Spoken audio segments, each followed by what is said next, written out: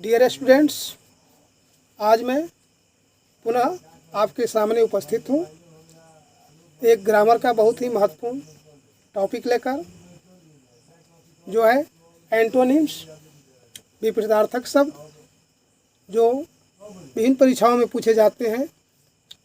बहुत ही महत्वपूर्ण टॉपिक है। आज हम लोग चर्चा करें एंटोनिम्स पर। एंटोनिम्स होता है विपरीतार्थक शब्द, अपोजिट मीनिंग। विपरीतार्थक शब्द वैसे शब्द जो एक दूसरे के विपरीत अर्थ, अपोजिट मीनिंग व्यक्त करते हैं, एंटोनिम्स कहलाते हैं। A word that means the opposite of another is called antonym. As rich का होगा पुअर, गुड का बैड। अंग्रेजी में एंटोनिम्स बनाने के 3 तरीके हैं। I am going to tell you some important hints on antonyms which is useful for all types of students.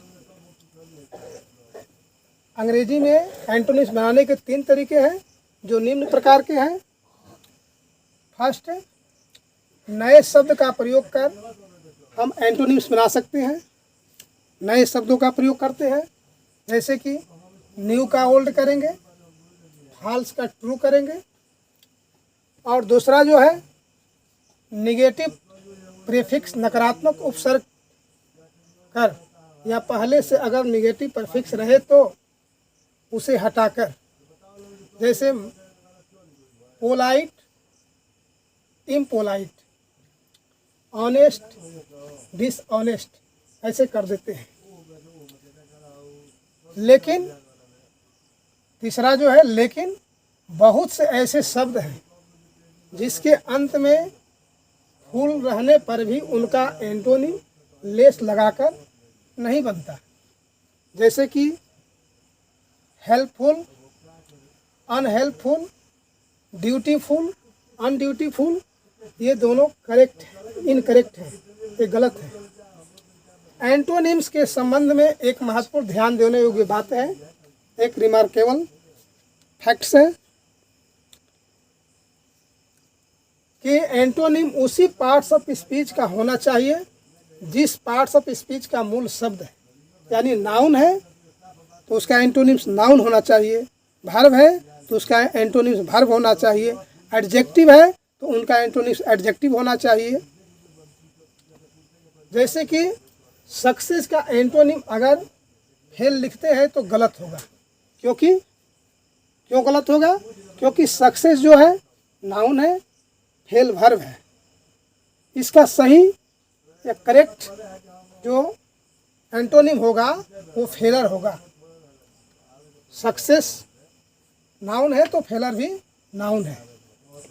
इस प्रकार मैं कुछ एग्जाम्पल्स बता रहा हूँ आज के वीडियो में। जैसे कि एडवर्सिटी, एडवर्सिटी का मतलब होता है संपन्नता। इसका अपोजिट हो जाएगा प्रोस्पेरिटी, प्रॉस्पेरिटी यानी कि विपन्नता। एलाइव, एलाइव का अर्थ होता है जीवित। इसका अपोजिट होगा, एंटोनिम होगा मृत, डेड यानी मृत। ऑलवेज, ऑलवेज मीन्स होता है हमेशा। ऑलवेज का होगा नेवर यानी कभी नहीं।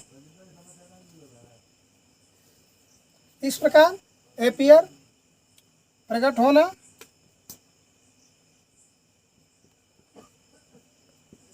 इसका हो जाएगा प्रीफिक्स लगाकर डिसएपियर, गायब होना।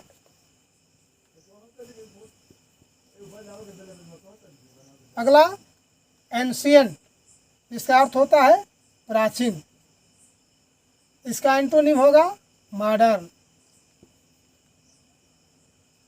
आधुनिक। ये जो है बिगिन जो वर्ड है ये वर्ब है, जिसका अर्थ होगा शुरू करना, और एंड जो वर्ड है इसका अर्थ होता है समाप्त करना।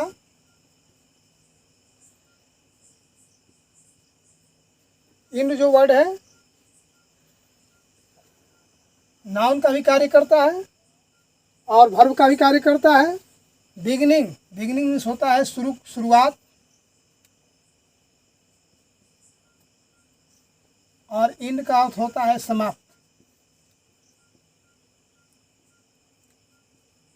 यहाँ जो है ये नाउन है और एंड नाउन का भी कार्य करता है। नाउन भी होता है, ये वर्ब के रूप में प्रयोग होता है यही वर्ड। अब है सर्टेन, जिसका अर्थ होता है निश्चित। इसे हम प्रीफिक्स लगाकर बनाते हैं अनसर्टेन, अनिश्चित। अनिश्चित। कॉमन का अर्थ होता है सामान्य,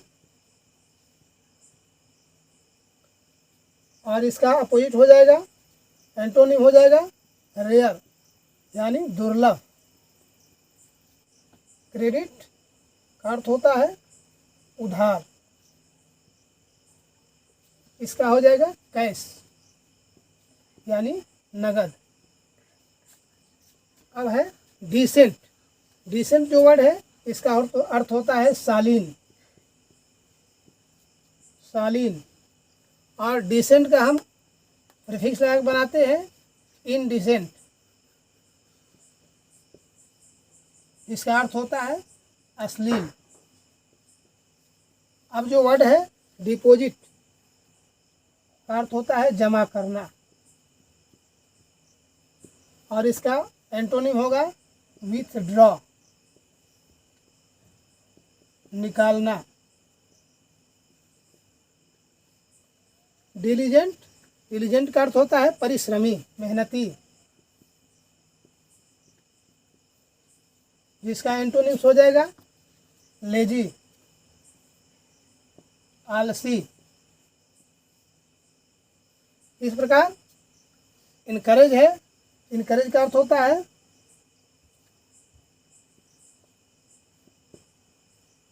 प्रोत्साहित करना।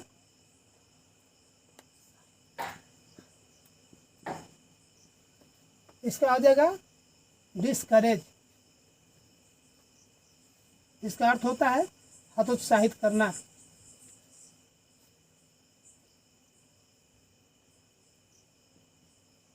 इसका अर्थ होता है हतोत्साहित करना। एक्सपोर्ट, इसका अर्थ होता है निर्यात करना। एक्सपोर्ट मीन्स निर्यात करना, और इसका अपोजिट हो जाएगा इम्पोर्ट, इसका अर्थ होता है आयात करना। इस प्रकार कुछ मैंने एग्जांपल्स दिए। अगले में और डिटेल में बताऊंगा एंटोनिम्स के बारे में, जो मेरे नेक्स्ट वीडियो में होगा।